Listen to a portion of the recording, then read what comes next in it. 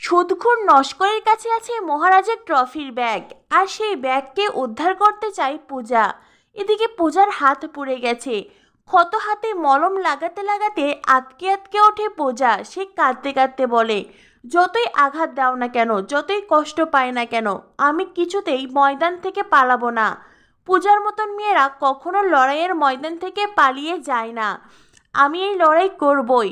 তার আগে আমাকে ওই ট্রফিগুলো উদ্ধার করতে হবে। এদিকে দেখা যায় সকালবেলায় সেজেগুজে ব্যাগ নিয়ে বেরিয়ে যাচ্ছে পূজা। মিলি পূজাকে বলে, বন্ধু তুমি কোথায় যাচ্ছ? কিন্তু পূজা প্রথমে মিলিকে কোনো কথা বলতে চায় না। এরপরেই পূজা মিলিকে বলে, আমি একটা মিশনে যাচ্ছি।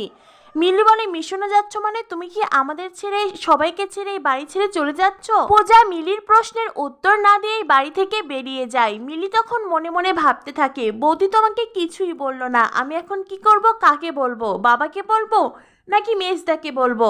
এদিকে দেখা যায় মহারাজও মন খারাপ করে বসে আছে।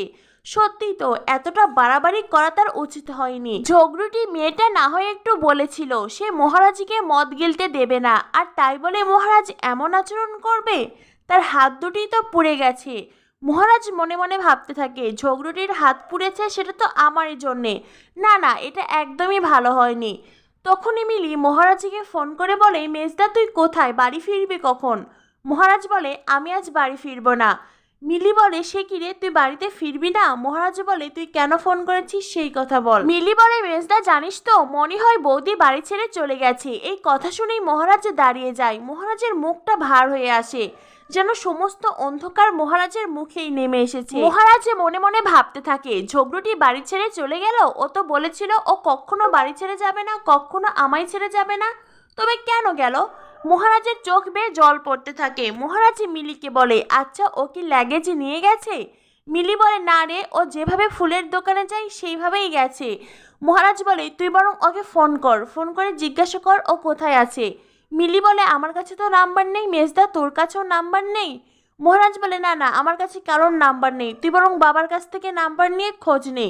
এই বলে মহারাজ ফোন কেটে দেয়। আর মনে মনে ভাবতে থাকে, আমি তো সবসময় চেয়েছিলাম ও আমার জীবন থেকে সরে যাক, তাহলে ও চলে গেছে শুনে আমার এমন খারাপ লাগছে কেন?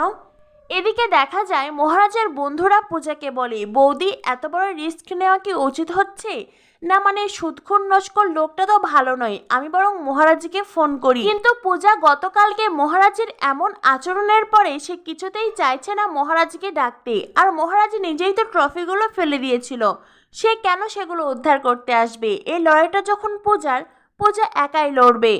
পূজা মহারাজের বন্ধুদের বারণ করে। তার বন্ধুরা বলে, বৌদি তোমার হাতে কি হয়েছে? পূজা বলে, প্লিজ জয়ন্তদা, আপনি আমাকে এই কথা জিজ্ঞাসা করবেন না।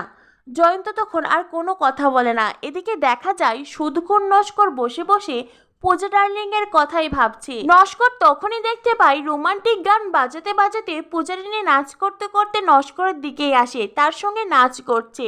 আর নাচ করতে করতে নস্করকে একটা জোরে ঘুষি মারে, যা দেখা মাত্রই নস্কর যেন ঘুম থেকে আটকে ওঠে।